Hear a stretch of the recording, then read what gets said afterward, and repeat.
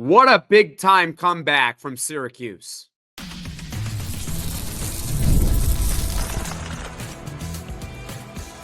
You are Locked On Syracuse, your daily podcast on the Syracuse Orange. Part of the Locked On Podcast Network, your team every day. Well. Syracuse basketball trailed by 8 points more than halfway through the second half. It wasn't looking really good, but the Orange go on a big run to beat Boston College 79-71 for their first road victory of the season. I'm Jackson Holzer. This is Locked On Syracuse, and thank you for making us your first listen of every single day here on the Locked On Podcast Network, where it's your team every day, and we are free and available wherever you get your podcasts. This is a post-game reaction podcast. We're going to talk about later on how this was a big ACC win for Syracuse. We're also going to discuss how the offense outside of J.J. Starling actually performed in this one. Many players were in double figures, and we'll talk about the next steps that Syracuse can take on offense. Two main players really got to get going for Syracuse in order for them to put themselves in the best position they can, hopefully for the ACC tournament. But first, we are going to discuss talking about the late surge that Syracuse had in this game, and we're going to talk about the critical plays that Syracuse made down the stretch. Before we get to everything, this episode is brought to you by FanDuel. From big upsets to game-winning drives, the NFL playoffs are better with FanDuel. New customers can bet $5 and get $200 in bonus bets guaranteed, win or lose. Visit FanDuel.com to get started. I don't know about you all, but I had this feeling of, here we go again in this one. Syracuse basketball, I thought, controlled the first half for the most part, and yet it was a tie game.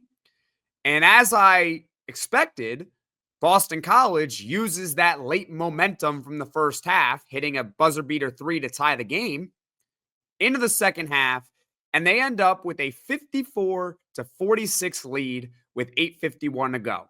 That is an 8-point deficit for Syracuse. And it was looking like it was going to be another embarrassing road loss, especially to Boston College. Really, Boston College? But you know what, ladies and gentlemen? In case you missed the game, or you might have turned it off in frustration, and I'll be honest, I don't blame you if you did. But you might have missed a heck of a comeback. Syracuse basketball goes on a 33-17 run to end the game. And it was sparked by a 10-0 run where each point that was scored had a very common theme. All right, I'm not going to get to that theme. I'm going to just describe the run to you all.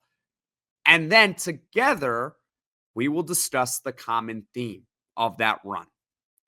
The first 2 points of this 10-0 run were scored by Cuffe, who got to the basket and hit a layup. The next 2 points were scored by Lampkin in the low post. He converts a layup. Then Cuffe attacks the basket. He doesn't convert, but he gets fouled. Hits both free throws. On the next possession, Jyare Davis in the low post. He bullies his man. His man falls down. Davis turns around and gets an easy layup to drop. That's an 8-0 run right there. And then to cap off the 10-0 run, J.J. Starling gets his own rebound after a miss, attacks the basket, and hits a very pretty right corner floater for the 10-0 run. And Syracuse basketball, after trailing 54-46, now suddenly leads 56-44. What was the common theme? I asked you all.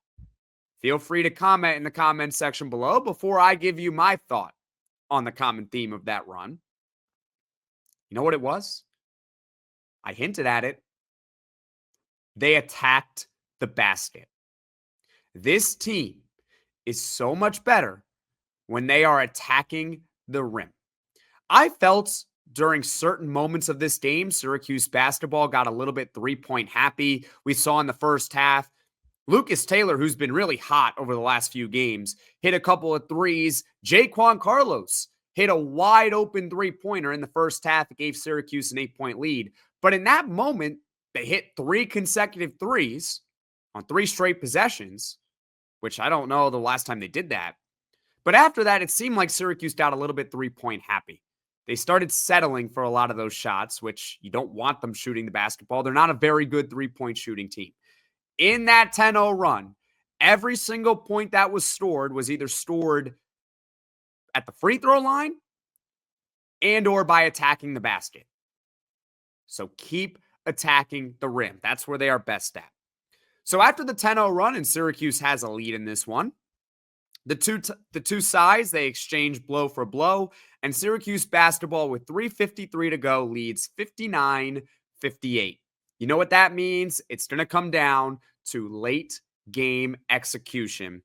And let's go over some of the big time moments down the stretch that led to a Syracuse victory. I want to start off this discussion by talking about Kyle Cuffe, who was a big part of the 10-0 run that I just referenced. Kyle Cuffe hit a critical, it was actually his second 3 of the half. The other 3 was when it was really a 13-2 run, but it didn't really fit the 10-0 run narrative that I had for you all, but that's okay. I left that out. It's fine.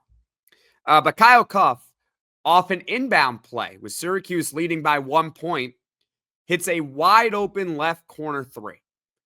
I felt that three-pointer, and let me know if you agree or disagree with me on this, I felt that three-pointer really set the tone for how this game was going to go down the stretch.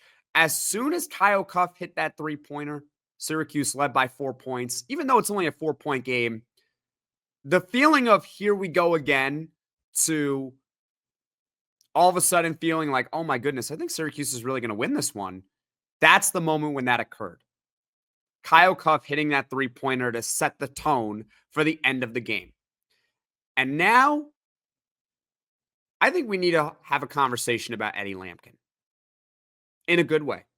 See, Eddie Lampkin during games, I tweeted this out at LO_Syracuse on Twitter, that Eddie Lampkin at times can look like Wilt Chamberlain for a minute, and the next minute, he looks like Kwame Brown. That's kind of how he is. He can be very inconsistent during games. But Eddie Lampkin, a career 55% free throw shooter, makes 4 critical free throws down the stretch. He goes 4 for 4, ladies and gentlemen. Sometimes it's not about the percentages, but when you simply make it. It's about being there when they count. And I got that reference from Shaquille O'Neal. Shaquille O'Neal, as many of you guys might know, was a terrible career free throw shooter, but he's one of the greatest centers of all time. He was a terrible free throw shooter. But you know what? In the 2006 finals, Game 3, Miami Heat against the Dallas Mavericks, he hit 2 critical free throws down the stretch that led to Miami's comeback in that game when they were trailing 2-0 in the series. And he basically said, I will be there when they count. And he makes both. Eddie Lampkin, obviously not the same stage as the NBA Finals, but he was there when they counted. The first set of free throws came with 1:58 to go, with Syracuse leading by 6 in a 1-and-1 situation. 1-and-1 situation, it's dicey. Because if you miss that first free throw, you don't get an opportunity to hit a second one. It's 1-and-1, and he calmly knocks down both. And then with 34 and a half seconds left, Syracuse once again still leading by 6. Eddie Lampkin fouled in a 1-and-1 situation. He makes both. 4 for 4 in the final 2 minutes from Eddie Lampkin. Well done. Well done making free throws when they matter the most. And then you got J.J. Starling. And I'll be honest with you all, there's not one singular moment that I can point out from Starling down the stretch in this game because he was just simply spectacular. He had 12 points in the final 8:51 of this one, and he also had 2 assists. He was Syracuse's best player, and you could just tell that late in the game is really where they missed J.J. Starling the most. That's where they missed him. Because he's the type of player, I think he is the one player on Syracuse that can score basically at will. He can score on command. He can create his own shot. He's pretty decent in the mid-range. He is a blur when he goes to the basket. Not a great outside shooter. I don't like him settling for threes, but that's just being nitpicky. Down the stretch, he had to be Syracuse's best player, and he definitely was Syracuse's best player. So those were some of the big moments that Syracuse had in their comeback victory over Boston College. 79-71 is the final. I'm Jackson Holzer. This is Locked On Syracuse. This is a post-game reaction podcast. I would love to hear your thoughts in the comments section below because it's so funny how just a few days ago, Syracuse basketball was down in the dumps, but now after 2 consecutive victories, no matter where this season ends up, it does feel pretty good in the moment that the Orange won back-to-back games. And I've said this before on the podcast, there's no tanking in college basketball. So you want this team, if you are a Syracuse fan, you want them to win games, and they get a big-time victory against Boston College. Now, coming up, we will talk about the offense outside of J.J. Starling, which actually was pretty good, especially down the stretch. That and more coming up on Locked On Syracuse. This is a message from our sponsor, Intuit TurboTax. Are you tired of the endless waiting, wondering, and worrying about your taxes? Well, now that's a thing of the past. You see, taxes don't need to be complicated or stressful. TurboTax is here to change the game by matching you with a TurboTax expert who can get to work on your return right away. No more waiting for answers. No more wondering if you're missing out on deductions. Whether you've got one form or 20, TurboTax experts give your taxes their undivided attention, while you get real-time updates on their progress so you can focus on what really matters. You won't have to lift a finger, but you'll get the peace of mind knowing that your taxes are being handled by the pros.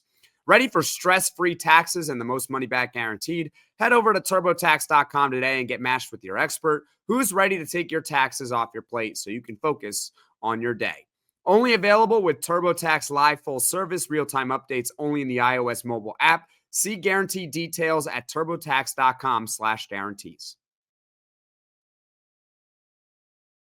Syracuse basketball goes on a huge late run down the stretch to beat Boston College 79-71. I'm Jackson Holzer. This is Locked On Syracuse, and this is a post-game reaction podcast. We talked about the critical plays that the Orange made down the stretch. J.J. Starling was spectacular. Eddie Lampkin hitting 4 free throws out of 4 in the final 2 minutes. Cuffe going to the rim, scoring when it matters. Now it's time to talk about the offense outside of J.J. Starling. At the end of the last segment, I told you guys that J.J. Starling is really the one player on the team that can score on command. He's the only one that can really create his own shot whenever he wants. And he is great when he is attacking the basket. And in this game, J.J. Starling led all scorers with 26 points in 36 minutes. And he was 12 of 22 from the field, 2 of 2 from the free throw line. So J.J. Starling was J.J. Starling in this one. And Syracuse, in order for them to pull themselves a little bit out of this hole and put themselves in the best position for success come hopefully the conference tournament, they're going to need this type of J.J. Starling, okay?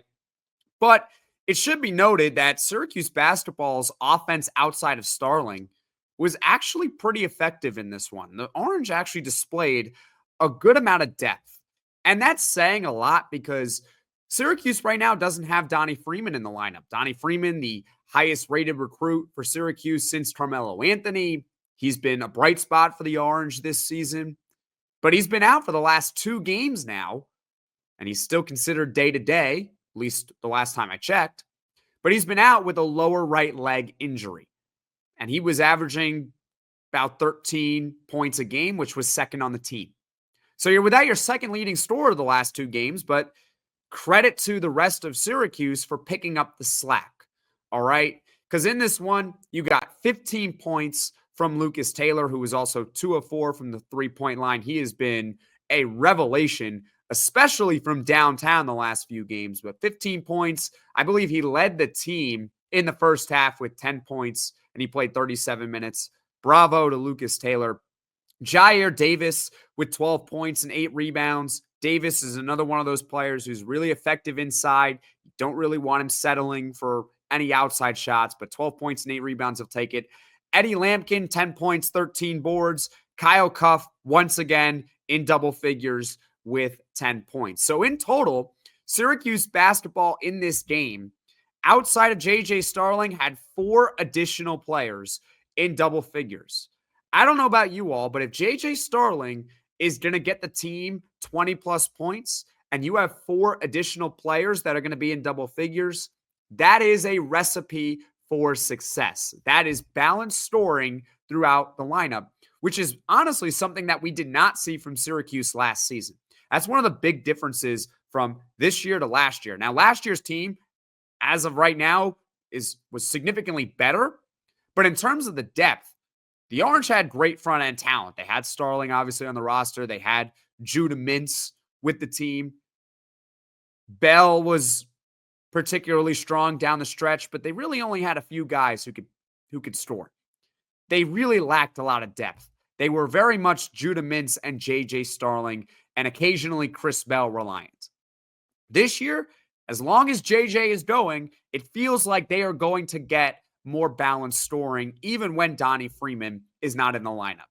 Now, it should be noted that there are some other players who I think need to get going for Syracuse in order to live up to their potential. I want to start off with talking about Elijah Chapa Moore. Now, I'm not going to get on him too much. He's just a freshman. He was a consensus 4-star freshman, but he is a freshman. And so we should cut him a little bit of slack. It's less so with Donnie, who is a blue chip, slam dunk, NBA type of player. Chapa is not that. It's going to take him time for him to develop. But let's just point this out, okay? I want to point this out to you all. And you might be surprised by this. Elijah Moore has not scored a point. 1 point. He has not scored 1 point since the Maryland game on December 21st. Remember that debacle? Ugh. That's now 5 straight games. I think the key with Elijah Moore, who right now is in the starting lineup for the past 2 games with Donnie Freeman not there, I think Chapa Moore needs to be more aggressive. I think that's the issue. In the last 5 games, how many shot attempts do you think that Elijah Moore has? How many? I'll give you the answer.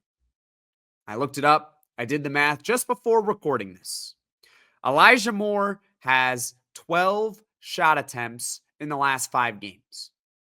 That's less than 3 a game. So he's not being aggressive enough. That, I think, is the cure. He needs to shoot the ball more because he is a good shooter. That is what he was known for in high school. And I get it's an adjustment coming to Division I basketball, but we have seen him at times this season be really effective. And by the way, he can create his own shot. He is not just a catch and shoot type of shooter. He can put the ball on the floor and create space. He has sneaky good athleticism.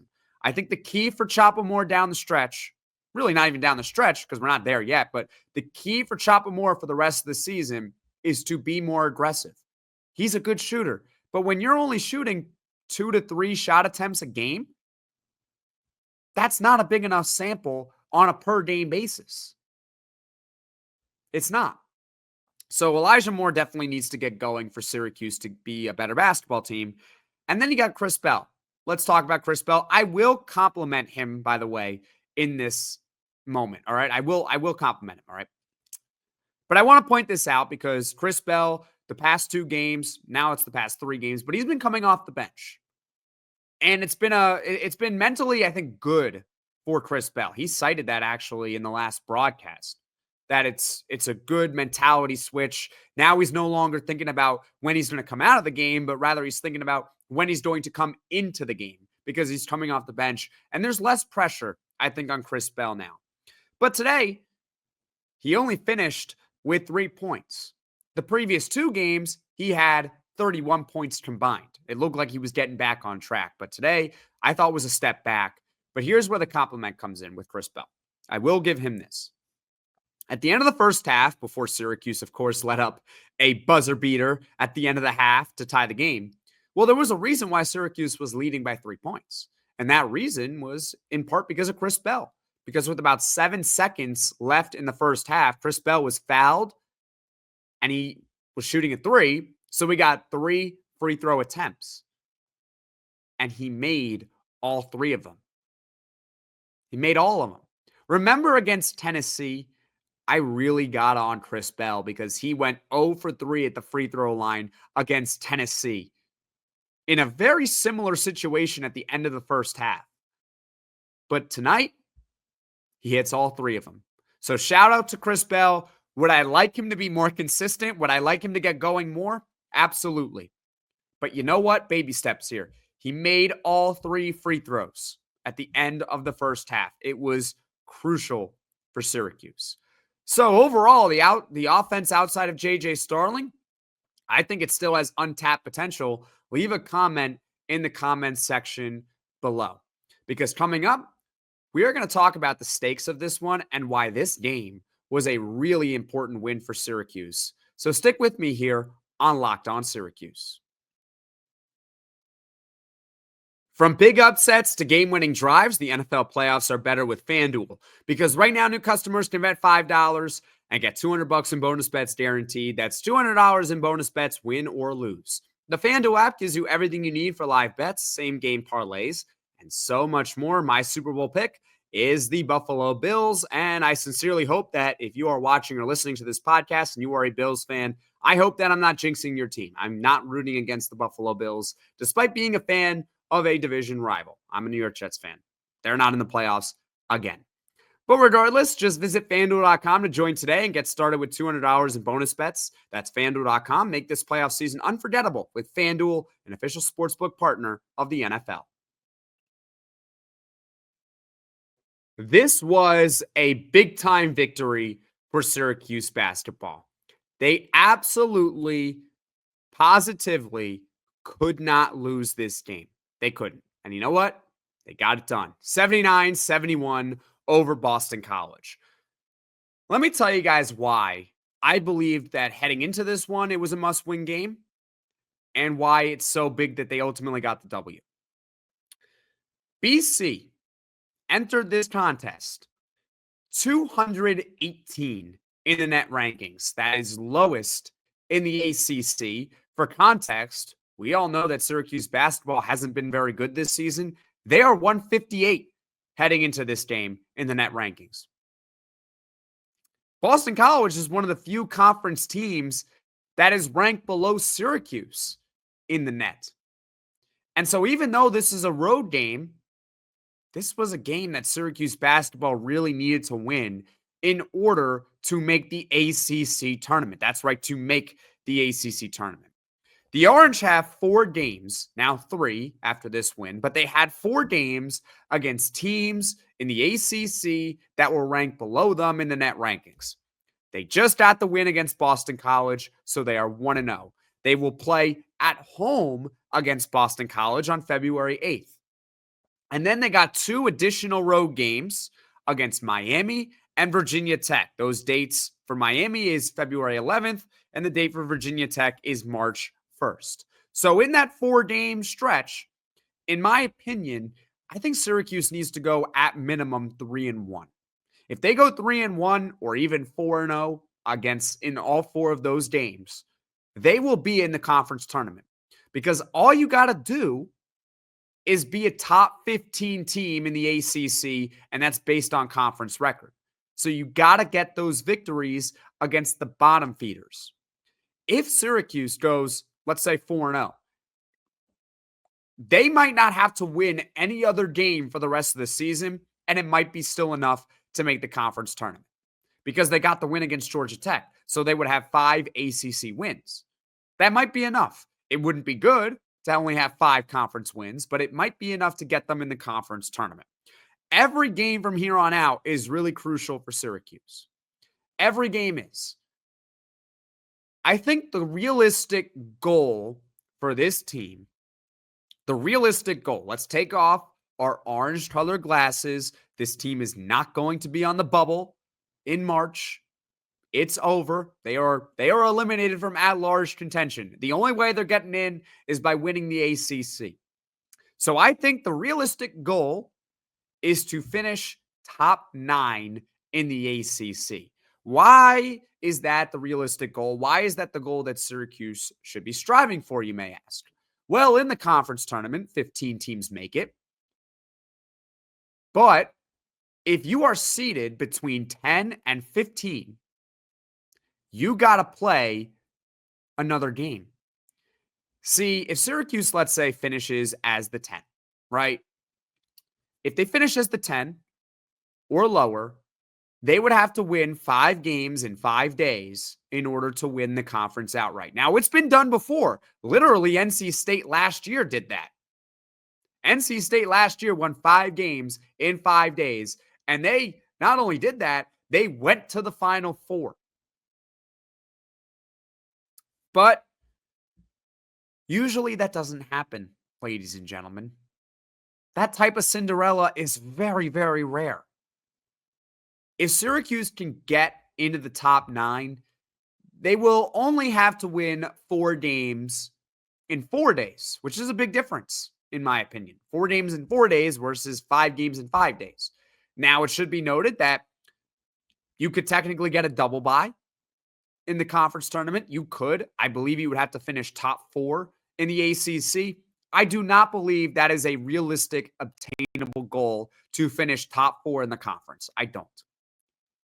But I do think it's possible they can finish 9th, or dare I say 8th. It doesn't really matter if they're 9 or 8.